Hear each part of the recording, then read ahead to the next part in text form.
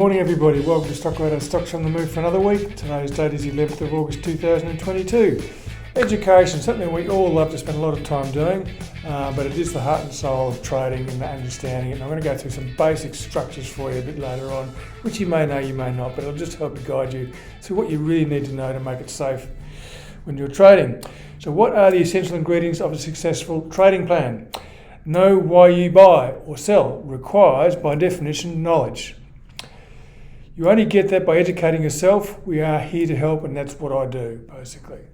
There are many questions on building a trading model at the moment, which has been really good. Trading ranges, buying at major lows, new highs, MA crossovers, things like that, all need filters and a bit of work to make them work. But there are many workable ideas. We can see them work. The next step is to learn how to make money from them, okay? And that's the big leap of faith we need to make. Today I'll give you a major clue as to how it should be approached and the next steps you can take to get yourself on that road to success. All this means is that members are getting a bit more enthusiastic and advanced in developing their own ideas about trading. They're developing their own skills, they're mastering in the discipline side of it and the risk factors, and now they need to build that trading plan that actually says, okay, when am I going to buy, when am I going to sell? And that's the other important part of it. Okay, so that's really a bit about how we're going to structure our education side of things and a trade plan. What we're really about is looking at the markets, okay? So Aussie stocks today, I'm going to talk about three keys to success in my trading tactics section. They are trading system, mind power and risk control. We'll just go through a bit about the basics of that. I go through my background, the overseas markets, I look at the ASX 200, the stocks, and then we go through trading tactics to finish off. Okay, so first let's get to the markets. As always, Dow Jones Industrial Average is our starting point. Again, it's climbing and it's not doing too badly, as is the Nasdaq. They're getting to an area now where that downtrend line, the moving average is, where there's going to be a bit of resistance to the rise. The selling will start to appear. The volume has been okay, and momentum is still on the weak side, although it is saying selling pressure has disappeared. So we're getting back from that downtrend stage into that more neutral type area where we've got to make a decision. Is the market going to go higher or is it going to come back? We're not ready to make that decision yet, but it's certainly testing it and giving a bit of a go. We saw the inflation figures last night a bit better. Maybe things are turning around, who knows. The Nasdaq, well, it could be just a rally in a downtrend, which is what we've seen before. No different to this one here. We have got some reasonable volume coming through in the tech index, which is good. But we're at that average, at the average and at the downtrend line at the moment. Bit of resistance back here, maybe this last low. Again, momentum is still well down on the scale, but it is saying selling pressure is easing. So we're getting into that stage, as I said before. Okay, commodities. Well, they're all turning south. Copper's going down. I mean, it has come up the last couple of weeks, but just recovering from a nasty blow since sort of February this year. It just really had got ramped down, some huge volume there. So really just looking like a bit of a reaction rally at the moment. A long way to go before we even get up to the where the indices are, the stock indices up around the average and the downtrend line. Okay, so Dr. Copper is not that happy.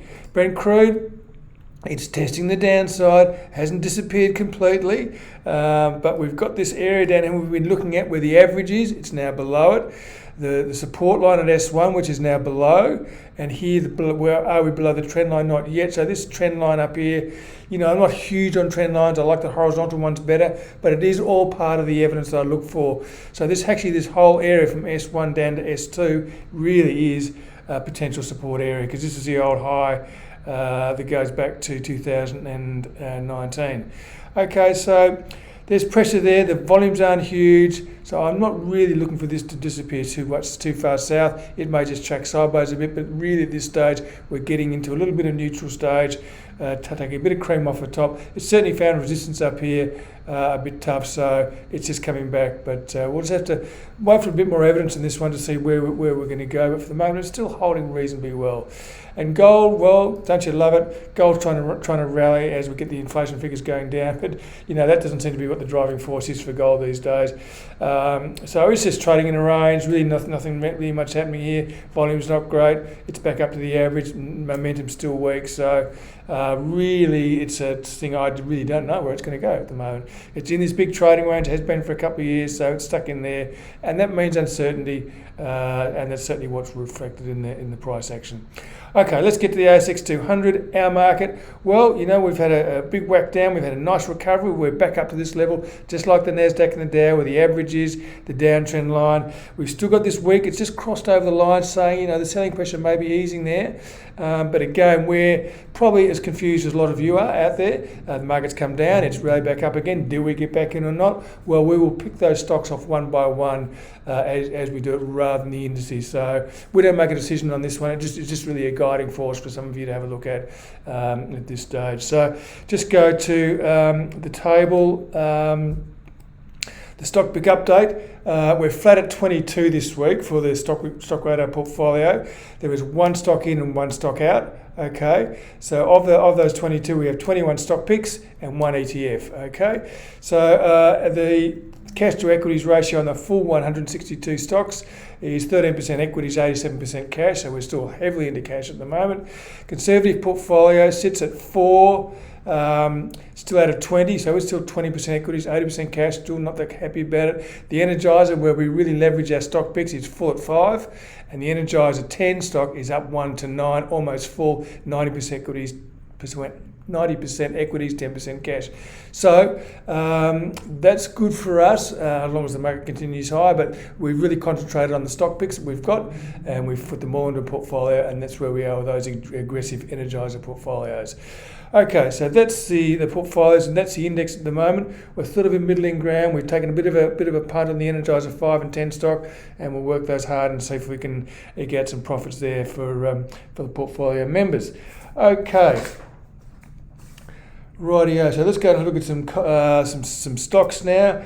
There are lots of ifs and buts at the moment, lots of stocks that are rallying and developing price structures, but little have come to fruition. The IT roller coaster continues, so be careful. One day it's at the top of the rallies, and next week it's at the bottom of the fall. So it's been really swinging quite wildly. Our sector, our sort of immature sector, has the overseas is a slightly different kettle of fish. Okay, so I'm going to go through a couple of stocks now. You can go to Stockradar for updates on all my 162 stocks if you like. But for the moment, we're just going to start with Coles, which is the one we've been looking at for a while. Just a quick update on this one. I guess it's no change, really. It's still sitting up there, the top of that trading range, waiting for us to get through. We've got the volume there that we know is reasonably good here on this last rally. Momentum has been quite good. So everything is positive and set for Coles at the moment, but it just hasn't got through as yet. So we have to wait a little bit longer for that one. Remember, patience is key in this game. Nanosonics, which we're following again, there has been some stocks that have gone pretty well vertically. Could be Polynovo, Nearmap, some of these tech stocks that fell a long way. So we've got to getting a rally. For me, a rally like this is very difficult because I don't see substance in it. It can have substance, but for me, I need a pullback to a higher low to say that the buyers are really in there. There's not enough evidence for me in this straight up rally for me to do that. So this is the structure I look for when I look at it. So we'll follow Nanosonics and see how it goes. The pullback may come from a different area. We don't really know. But we're still going higher at the moment. Volume's been good, and momentum is nearly getting back up to neutral territory, so it's looking pretty good. But you know, as I say, in my conservative way, I will wait for a little bit longer for a bit more confirmation, because these are dangerous stocks, as we know, which fell from $8 to nearly $3 in a very quick time. So we have to be careful. Okay, what I want to go into now is a couple of big stocks. And just sort of look at why I'm not in them and what I'm looking for. So we're going to start off with CBA, which had a good result yesterday. Very impressive, apparently. And it's not looking too bad, because I'm really concentrating on what we've seen. We've seen the last rally from late 2020 up to late 2021. We got out of that rally. It's since gone pretty well sideways. NAB's been quite strong. ANZ, Westpac have been the weaker ones, but they're recovering a bit. But if I look at the NAB, the CBA chart now, its trend intensity rating is -4, so we're not there yet. But we look at this rally, it's been quite strong. It's now above the moving average. We can see some very, very solid volume in this rally, and the momentum index is still below 0, but more moving towards neutral territory, and we don't have any price confirmation until we break above this R1. So things are getting better, but they're not there yet. So we've gone from the -7s and -8s in CBA, now up to -4. We're heading into the neutral territory. So now's when we take a bit of interest in this one. So CBA looks an interesting one, so that you know the level that I'm looking at. CSL, like I touched on this one a couple of weeks ago, it's still in that trading range. We have things looking interesting here. We've got heavy activity through here, which means there's buying as well as selling. We've got the momentum index is above zero and it's above the average. So again, we're just waiting for this price to go above about 340. I know it's only at 300 at the moment, but it's in this range and it's uncertainty, and that's what it's for the last 2 years. This has been uncertain, so we don't really know what's going to happen, and it could break down. You never know. So we just have to be careful. I just wait and see what happens. When it gives me the signal, I'll be ready to get in there, but not for the moment because it's going sideways. Transurban's another one. Sideways, confusion, uncertainty. Okay, so this has gone sideways for a while. Sorry, there goes Tesla. It's gone sideways for a while. Its trend intensity rating is +1. Quite good volume through here, quite a lot of green bars, and the momentum index is above zero and it's above average. Again, the indicators are great, but we need price to confirm. And you can see here, I've taken this line here. The ultimate high is up here. It's a 1 point on it. This point here has 4 points on it. That's a more significant line for me. So 1, 2, 3, 4, all across here at about just above $15 is where I'm looking at in Transurban at the moment. So again, it's a wait and see a break. It's quite encouraging that it hasn't sold back to the bottom of the range at this stage. So it's a difficult situation for me because I just don't know which way it's going to break. The odds are starting to err in my favour at the moment of going for a buy, but we'll wait for the break above $15 to really give us an idea of Transurban. It's been going sideways for a while. Qantas is another one, just checking sideways again. We've got this trading range here. It's almost 2 years now we've been stuck in this range of 560 down to about 420. So it's coming off the low at the moment. There's no volume there. The momentum's still weak. It's still below the average. Again, trend intensity rating is -7 for Telstra, for Qantas. But the range is what I'm looking for to break out. When it breaks out, then I'll be looking to move on that one there again. Okay, QBE is another one of the big stocks. Again, it has for the last 12 months, it's actually more constructive because we've got a sort of a longish term uptrend here from the lows of 2020. It broke higher and didn't go on with it, and we got stopped out back here on this break here. So now we're neutral in this one. And again, its trading range is actually holding up pretty well at the moment because the insurance sector is a pretty wild old sector there at the moment, lots of things going on, but we see some good selling here, a little bit of buying here. The momentum is fairly neutral, it's around the average, so things are pretty neutral. So here, trend intensity rating is 0. But at least it gives you some idea of why I'm not in these stocks and what I'm looking for, because it's a very simple process of ticking boxes and saying yes, yes, yes, no, this doesn't rate, move on. Okay, so I move on to a couple of new stocks. Okay, surprise, surprise, I'm going to talk about AMP, which I don't think I've spoken to you about for about quite a few years because I haven't been interested in it, but slowly but surely things have been changing here a little bit, and we had a huge downtrend for AMP. I'm not going to show you the whole lot, but we can see these lower highs, just pushing until we get to this is about 90 cents, okay? So we now seem to form a little bit of a base here. The downtrend seems to have stopped. We form a bit of a base. The downtrend and the base hasn't finished yet, but what I'm looking for here is some buying interest in this stock. Now let me just click up this volume for you. We've got a big spike there, just so we can have a bit of a look at here. So we've got the downtrend, we've got the base, we've had a rally to this point here. It's failed, okay? It's come back. It's created a higher low here where the buyers have come in a little bit better. And you can see a few green bars. It's steady green bars without going crazy here. And you can see the momentum is now coming alive. It just kicks above 0. So the price is above the average. Volume is okay, and the momentum is positive. So I've actually got a trend intensity rating of +1 here. So I'm really looking at AMP possibly as a buy above 118. We've got to have a confirmation there, but it looks like we will get confirmation. So there we go. There's a little punt for you. AMP may have a bit of a rally just to rebalance that huge sell-off we've seen over the last couple of years. Anyway, one of interest. Some of you may not be interested in AMP. You may have got burnt. I don't know. But there you go. That's what I'm looking at today. Okay, now a couple of ones that I do like and which I've been very happy about. One is Beast Petroleum, which again, it just keeps edging high. It's now up around 180, just over 180 at the moment. It's kicking high, it's done very well, and a trend reversal down here. Trend intensity rating is +7. The next area of resistance R1 is up around 196. There's no reason to think it won't get there while all these things are in place. The uptrend line, the moving average, volume's okay. It's been a bit thick and up and down sometimes, a bit hard to read.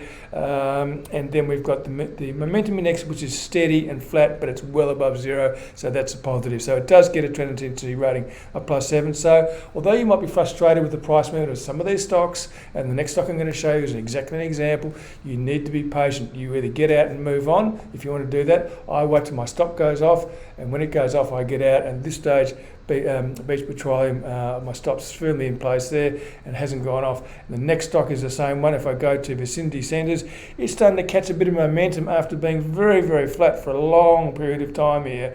We were very frustrated almost, but we started getting these beautiful green bars here, pushing at the stock, and now it's really pushing harder. It's catching a bit of momentum. It's catching that wave. There we go, catching that wave that we like to ride until the tide goes out. So it's probably got every chance of getting up to around 240. And that's just the next resistance level. I don't know if it will get there. But the trend intensity rating is +10, meaning everything is green. Momentum, volume, moving average, and price are all constructively set for the moment. So this has gone up quite 26% in 12 months. So as frustrating as it may seem, the return has been good, and it's getting better every day. So be patient with some of your stocks. We can't make things happen if they don't want to happen. Okay, all right. So that is all the stocks I want to go through today. As I say, for an update on all those stocks, go to Stockradar. So trading tactics I want to talk to you about now. Last week we talked about risk, and this week we're going to talk about talking about those three keys to your success when you're trading, what you need to work out, what you need to really understand. Okay, so right.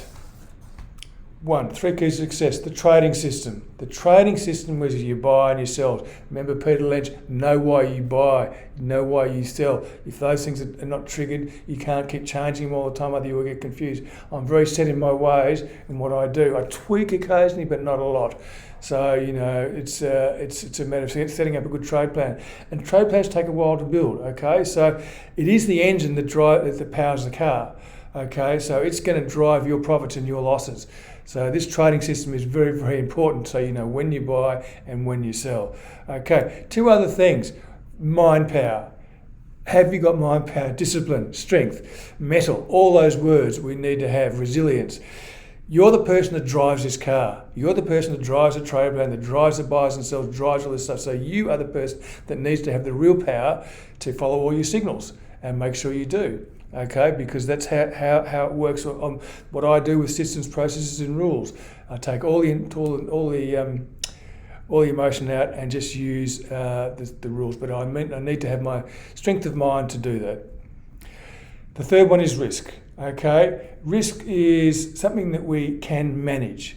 A lot of us don't manage it very well because we don't have stops, or we watch stocks go down, we watch them go up, and then we watch them come back. You know, we let our losses get bigger, and I've shown you the table on losses. You don't want to let your losses get bigger because they take a long time to get back. So risk, it's your choice. It is your choice as to how much you make and lose.